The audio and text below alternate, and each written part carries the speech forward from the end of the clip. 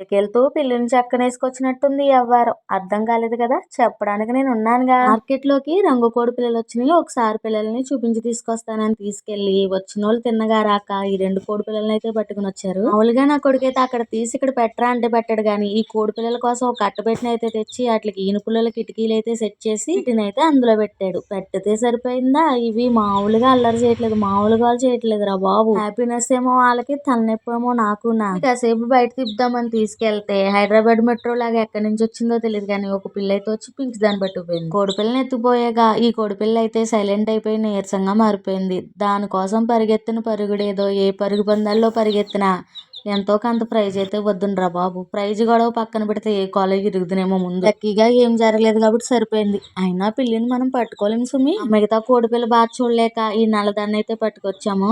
గోదాన్ని తీసుకురాగానే ఉపవాసం చేసినోడికి నిమ్మరసం ఇచ్చినట్టు ఊగుతుంది కోడిపిల్ల.